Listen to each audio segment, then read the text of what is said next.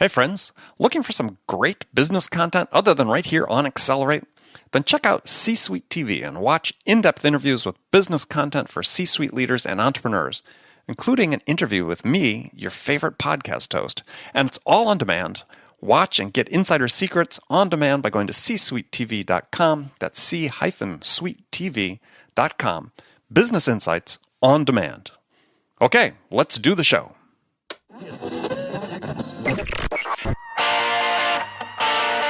It's time to accelerate. Hi, this is Andy. Welcome to episode 464 of Accelerate, where I hold in-depth conversations with today's leading experts in sales, marketing, and leadership 6 days a week. Hey, a couple quick items before we meet today's guest, Lee Caraher.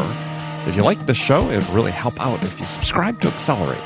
Please be sure to go to iTunes or do it via the podcast app on your phone. And while you're there, please leave us a review. We really want to hear from you. So, friends, if you're looking for new ideas about how to amp up your sales, then please go to accelerate.fm/spark. Get my free ebook, How to Spark a Sales Turnaround. It's based on my interviews with over 300 sales experts right on this show, and I asked them what they would do to execute a sales turnaround in their business. And I've compiled their recommendations into a practical step-by-step guide that you can use to accelerate your sales today. So don't wait. Go to accelerate.fm/spark to get your free copy of How to Spark a Sales Turnaround.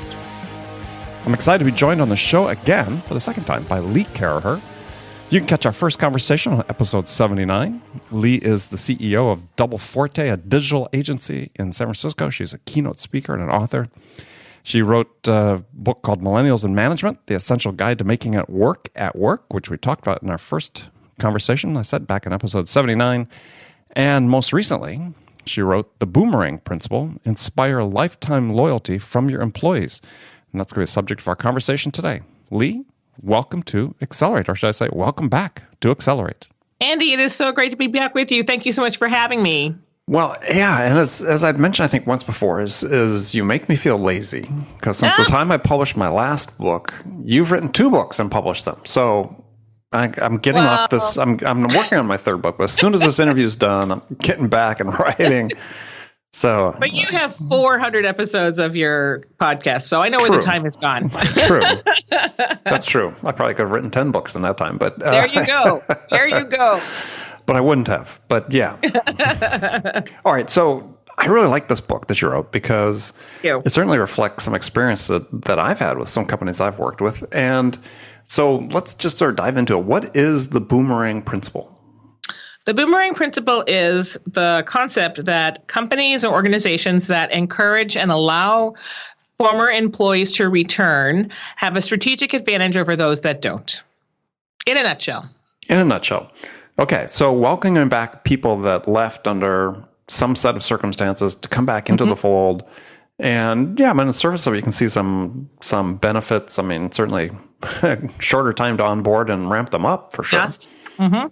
I mean, do you find that when people come back, is the research showing that if somebody returns to a company, they actually end up staying longer? So a few things about people who return. One is they do have a shorter onboarding, but you have to remember that they're coming back to something different than what they left. Mm-hmm. So you have to be intentional about that. The residual goodness halo effect of someone who is a high performer who returns to you, because one assumes you're only hiring high performers, who returns to you is so positive for existing employees. Like, oh, wow, it's not, it's good here. It's good here. That has a huge residual effect that we're just starting to measure now.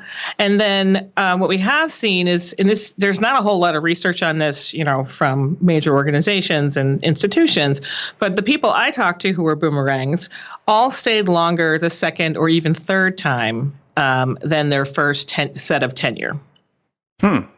It's like going back home and living with your parents. Well, hopefully. Except probably those are shorter increments on the subsequent Please, ones. Lord. Oh my gosh. I have a 19-year-old. I'm just, oh my gosh. Your time is coming. Yes. My time is coming. Well, I think that it's, hopefully it's not exactly like your parents, but a career over time, if a career, and if you're 25 today, you're looking at maybe 50 more years of career, right? Mm-hmm, right. Truly. Yes. So we cannot imagine that one company could hold our interest in our career for a whole 50 years.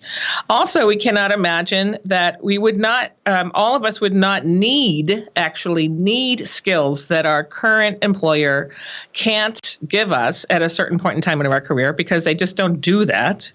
And thirdly, just because you're not the right person at the right time for the company that you're at now, and it's time to go, does not mean you won't be the best person at the right time later when the company has moved forward in some way and you have also progressed in another way. So something to think about, where I think before, for my generation, I'm a boomer, we never really thought about returning. It wasn't sort of the idea. But today, I think we should all be thinking, employees should be thinking about, as they craft their career, not just dismissing the fact that they've been at a company so they can't go back. And employers should be thinking about a talent pool that is benefited by an alumni group that is already predisposed towards it. So if we can think about those kinds of things, then what we are doing is actually creating better cultures for companies that people who are working there exist in, because a company that is good to return to is a company that is hard to leave. And the more we can be thinking about that, the less friction we have in our organizations, the more profit and efficiency we have, which is what we're all looking for. Okay. So, yeah, I'm unpacking everything because, unpacking everything. Yeah, you summarized the book very nicely.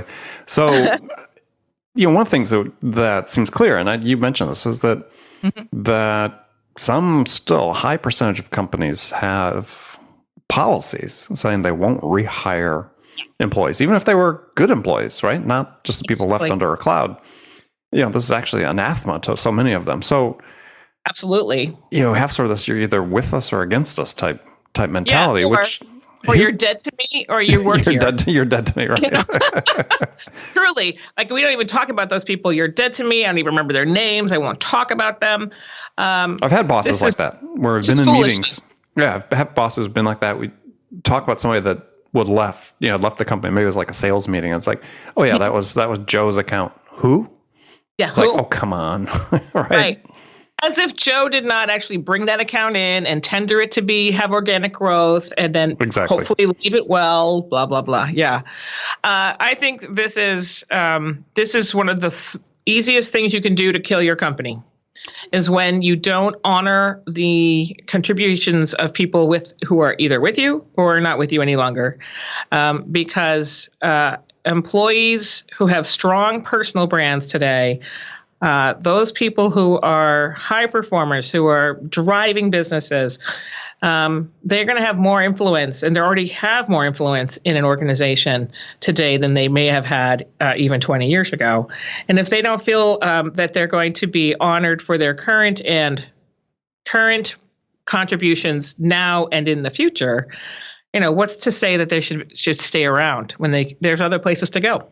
Well, and you say that the people have the hardest time with us are boomer bosses, and that still conflate this idea of loyalty with duration of tenure. Yes. And I find that sort of really ironic, because it really was in the boomer generation that really pioneered, this new form of resume that wasn't lifetime employment, but was multiple jobs. I mean, I there's no way I could fit my resume on one page. Right. Even before I started my company, 16 years ago. Right. And yeah, I remember going through the transition where people looked at me askance after I had gone from sort of one startup to another startup relatively quickly. It was like 2 years at that point. And the first company just didn't make it. And I left, 3 months before they closed their doors, to a point where, 15 years later, people are sort of looking down their noses at me because I'd stayed at one company for 7 years. Exactly. Well, I think there's two things on that, the boomers thing. One is boomers, I think, many people got caught by 2 or 3 downturns, depending on where you are in the country, right? Mm-hmm. And so particularly the people in 2008, 2009, who may have been on the older edge of being boomers, who lost their jobs before they wanted to and then couldn't find them again. And it took a long time for them to get rehired. They're just, a lot of them, and I've talked to lots of them, are just trying to hang on to those jobs, right? They don't want to get priced out. They don't want to be old. There's some statistic in Silicon Valley that says there are more men getting plastic surgery today than there are women. There's just trying to stay young. Because they're trying to stay young enough to be employable. To be relevant, to be seemingly relevant, right? And so these people are trying to hang on to their jobs at the same time as they see these younger employees like, I'm not getting what I want here, I'm off, right? So it feels twofold. One is they grew up thinking their parents were in jobs forever, and then the economy totally changed in the 80s and the 90s when publicly traded companies started shaving people for profit that they didn't really need to for the street, right? And lots of people got laid off. This changed the entire dynamic in the contract. But the myth of the golden watch, the myth of the, retirement party, the myth of those things, still prevails, even though they're really not real. They haven't been real for over 20 years. So we're sort of living with this ideal that is no longer true. And I think some boomers that I speak with are sort of living in the disappointment of where they are versus where they had planned. And then they see these particularly younger people, under 35, 36-year-olds who look like they're not loyal, meaning they don't stay around. They don't do their time. When, of course, if they were their children, they would say, don't leave, if you're not getting what you want, if you don't have work-life balance, if the company is not going anywhere, you got to get out of there so you don't look stale, right? So it is definitely a push me, pull me on that for sure. Well, I think one of the things that's changed, though, is that for boomers, and maybe for Gen X as well, is the idea of going back to work at a previous employer was perceived to be, coming back with your tail between your legs. Exactly. As opposed to you're not returning as conquering hero or somebody that they really want. You're going back because that's all you could get, basically, whether that was true or not. But I think that's what kept a lot of people from even thinking about it, considering it as an option. Yeah. Well, I think there's two things on that. One is absolutely, you don't want to be seen like I didn't make it out there in the real world, right? Number one. Number two, because so many companies had either written or oral, like in the air policies about this, like you're dead to me or you work for me kind of ideas, it wasn't even a possibility. So if they, they wouldn't even considered it. And I think what we're seeing today is, the talent pool for the people who are the talent pool for educated, skilled, relevant workers who keep learning with the economy and with the changes in the market, because that's a key point, right? Keep learning. Keep learning. Keep learning is relatively small to the people to the need. Right. And no matter where you are in the country, really, even small towns that don't have a lot of economy, those people who keep learning, keep doing things, innovate, those people are in high demand. And if you just cut yourself off from anybody who ever worked for you, you are cutting yourself off from a lot of people. It's sort of inverse proportion to how old your company is. Right. So which is very short-sighted because no company looks today like they looked 10 years ago. Sure. Well, and the value of the boomerang, as you said, the boomerang is not just a function of an employee coming back. Oh, absolutely not. But it's that employee could come back as a customer. As a customer, as a contractor, as a referral, as an advocate. The best company, the gold standard company of this, I think, is McKinsey. And they hire people and then those people become their clients. That's how that sort of works, right? And a lot of McKinsey people don't actually return to McKinsey. Some do, but a lot of them don't. But they are still in the McKinsey family.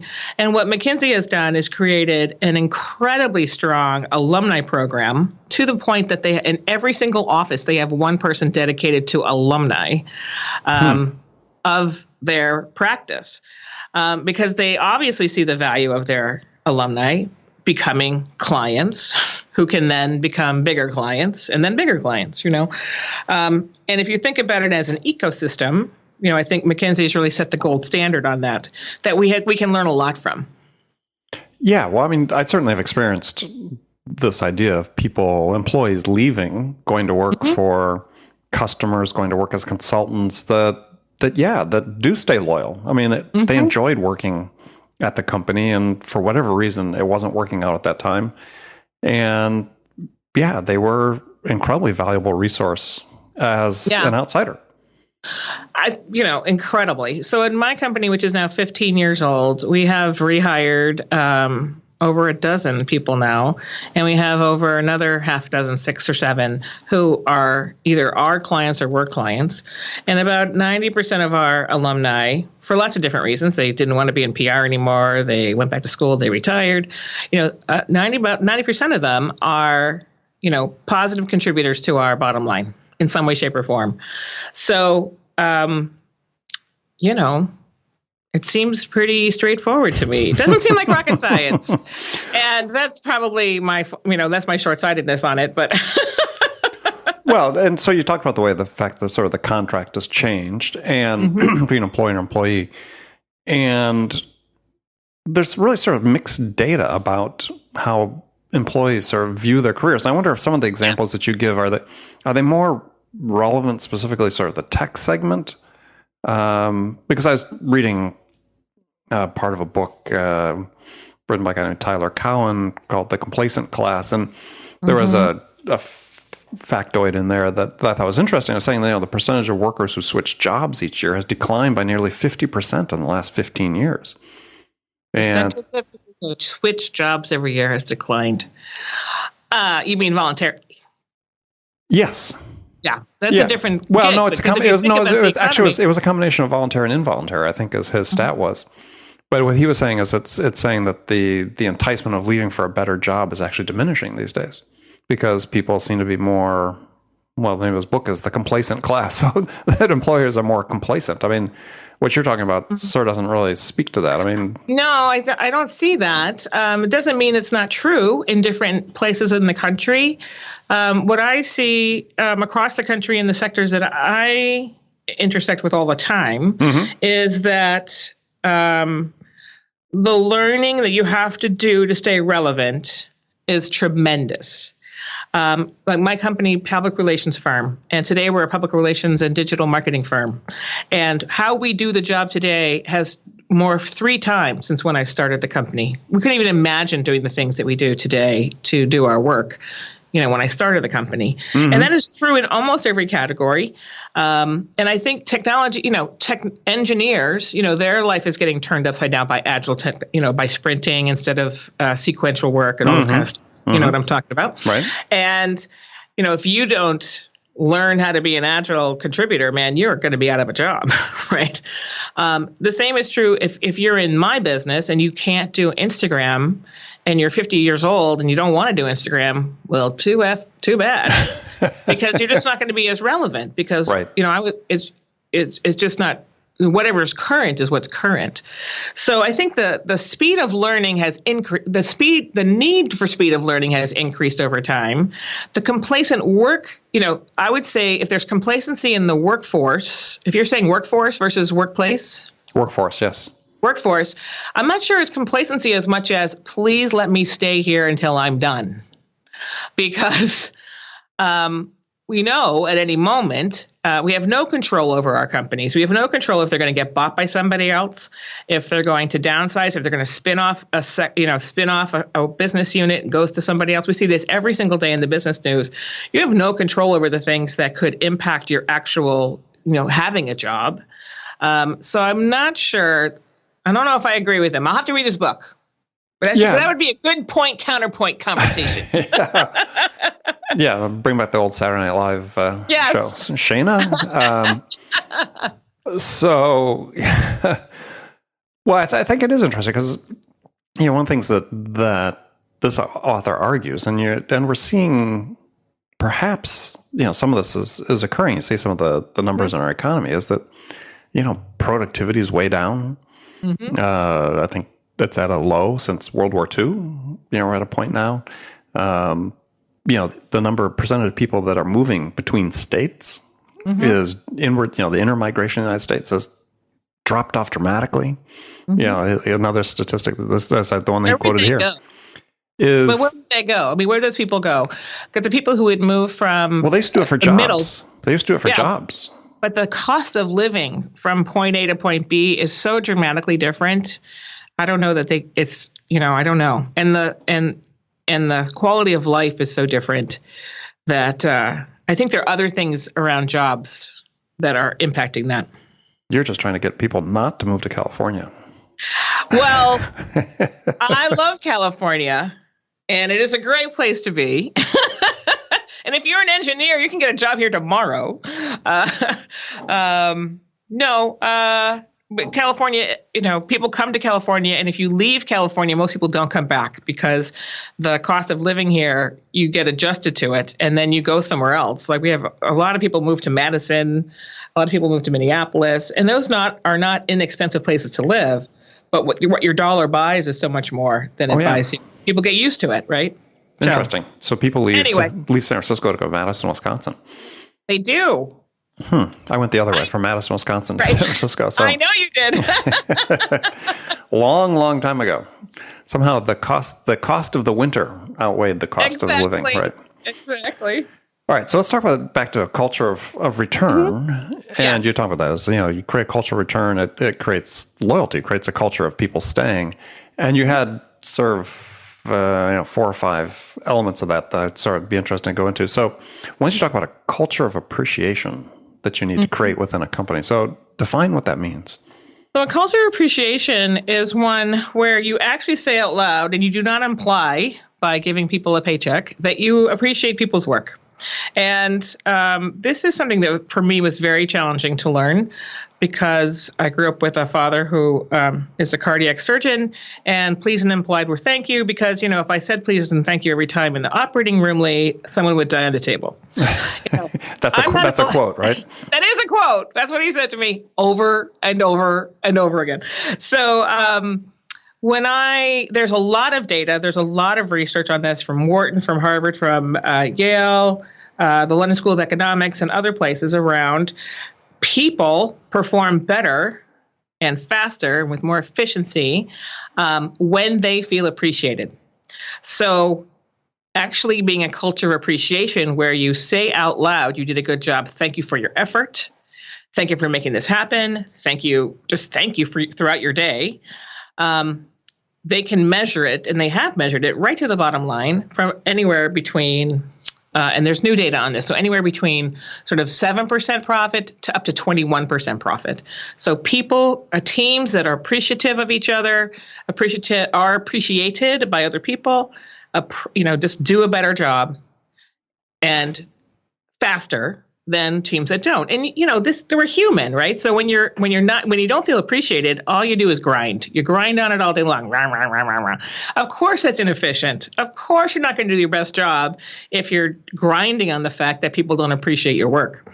It is one of the biggest swings you can do in a company. It's just move from just sort of doing the work to actually taking a moment to say thank you for the work. Mm-hmm. And only if it's good work. Don't say thank you for work that's not good, right? But most people do good work. And more people will do better work if you said thank you for it. And there is a lot of data on that to say. So a culture of appreciation, which is not, there are many places I go. How do you teach a CEO that? Yeah. I mean, it's not a matter of, you can show people the facts, and the facts, they can be skeptical or accepting. Own story. Yeah. So what I did was share my own story on it. And so we track every 15 minutes of our day, right? And we can see in any moment of time, I can see who's efficient and who's not versus the plan, at least. Mm-hmm. And so over a month, when I started doing it, I felt like such a tool. I was like, oh my God, people are going to think I'm just, I'm faking it. But it got easier and easier and easier. And then other people were doing it. And then we talked about it. And then we did this thing for a staff meeting. Every staff meeting for 8 weeks, we did appreciation. And appreciation was at the end of the staff meeting, you find 3 people in that staff meeting, and you told them what you appreciated about their day, about them in the past week. Which, by the way, on the surface, sounds like one of those really bad Thanksgiving dinner rituals where you go around and talk about what you're thankful for. But go ahead, yes. It does sound terrible. And it was like, oh my God, this is so awkward. But you have to practice it because it's not normal for us, particularly in a business situation. So I forced it on the team, and it was like a little awkward, and they got easier, and then got easier, get it easier. And then people were saying please and thank you throughout the day. And then over 2 months, I was able to see, the workflow is basically the same, but the number of non-billable hours went down. Well, that's money. Yeah, well, yes. So I share my own experience and how hard it was for me. And when I can say that to CEOs who are looking at me like I'm crazy, I just share my own experience and I ask them to try it. So, and then I practice with them. Let's practice how you might say a thing. Let's practice how you might appreciate saying, who do you think did a good job last week? Who went out of their way for you? Someone went out of their way for you, no matter who you are, no matter how much of a jerk you are. Someone went out of your way for you. Why don't you just go thank them for it? Oh, but Lee, what if they're expecting a raise for that? Well, then tell them they don't get a raise for that. You're just appreciating their work. So part of it is what's pent up and what people think they're going to ask for, what the expectation will be if you say thank you. If you get rid of that and just have this even playing field of appreciation, good work gets appreciated, then you don't have to worry about it, right? But when you don't have when your paycheck is an implied thank you, everything is suspect. Mm-hmm. Well, yeah. So one of the things that really happens when you have this culture of appreciation is you start being human again. Mm-hmm. And there's a lot to be said for being human. I mean, we're in a world when, a lot of pressures to automate more and more work functions that are taking place across all disciplines. Absolutely. But at the end of the day, it's still about relationships, still about a person to person.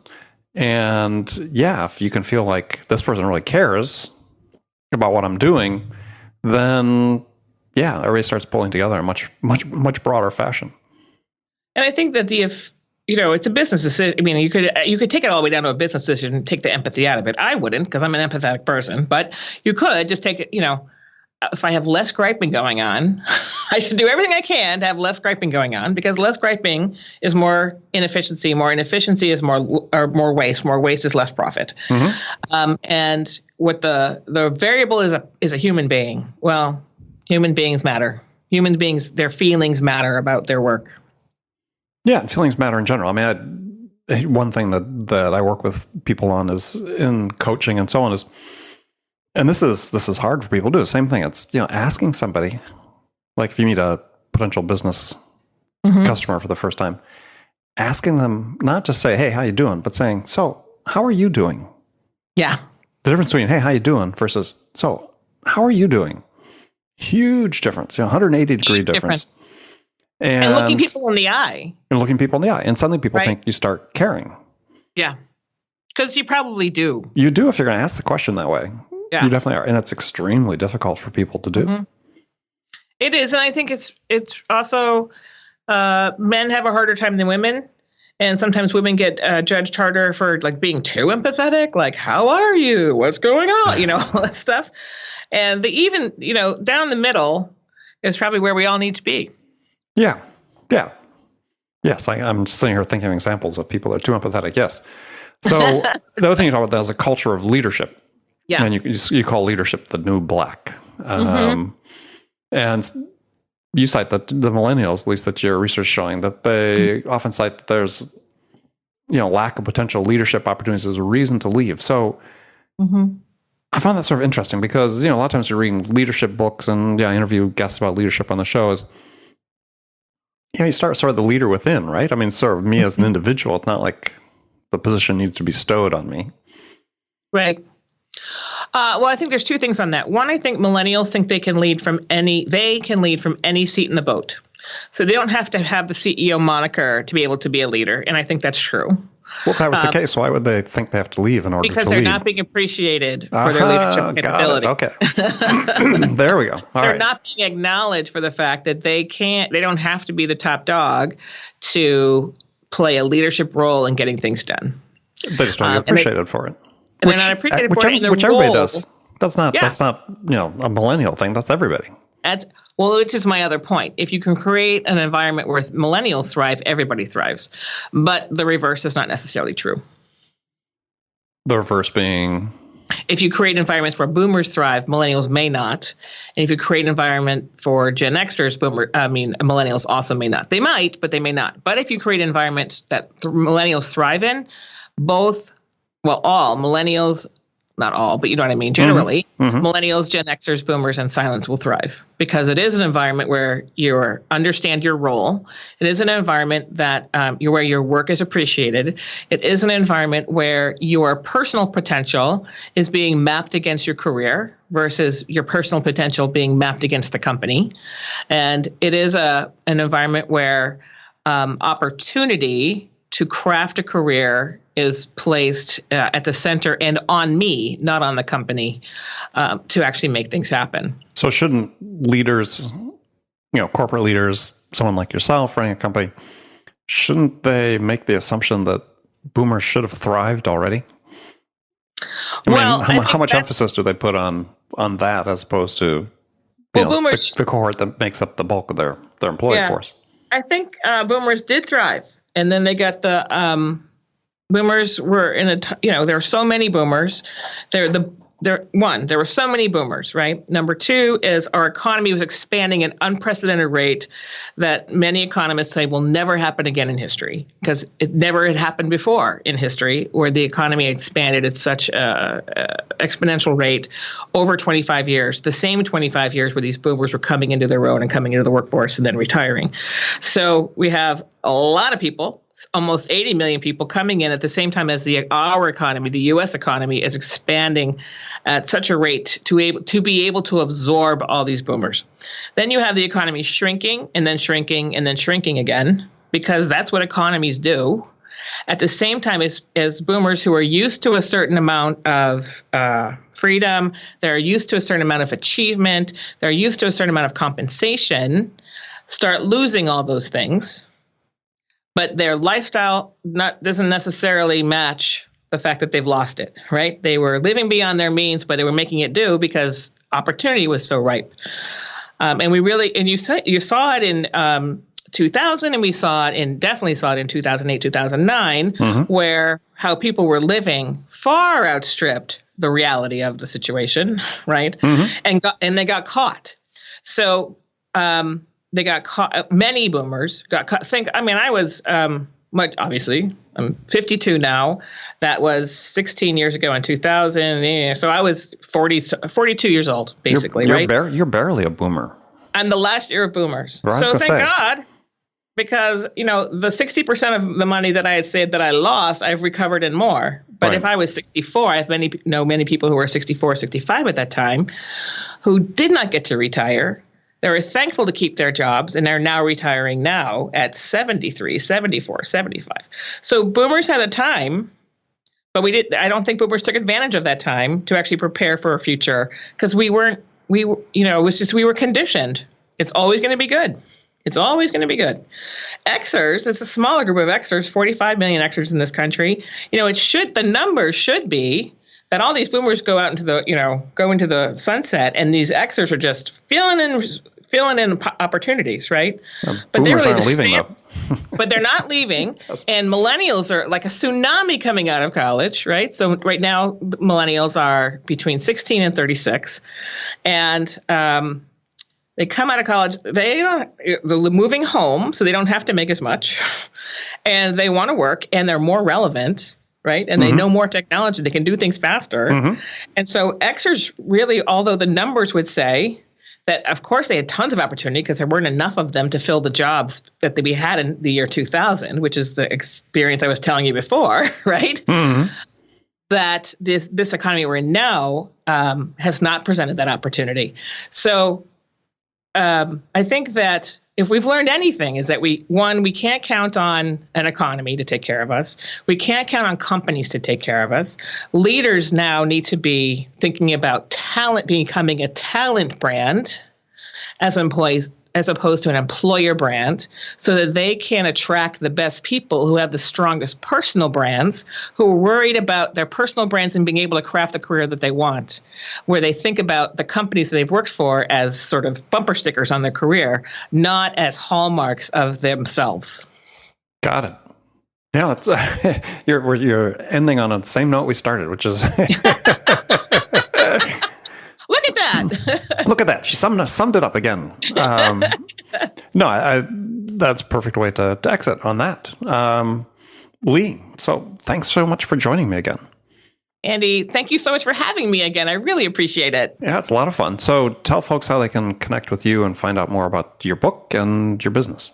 The best place to go is my website, which is www.leecaraher.com, LeeCaraher.com, or on Twitter, I'm at Lee Caraher. And I'm blogging about all this kind of stuff all the time. So that's where you can find my books and my company. It's okay. And the book's available on Amazon and all your favorite places? All your favorite places. Excellent. Well, again, Lee, as always, great to talk with you. And friends, thanks for spending this time with me. Remember, come back tomorrow. Join me again. Until then, take a minute if you can. Go to iTunes, leave a review, subscribe to Accelerate. We want to hear what we can do to help you better. So again, thanks for joining me. And until next time, this is Andy Paul. Good selling, everyone.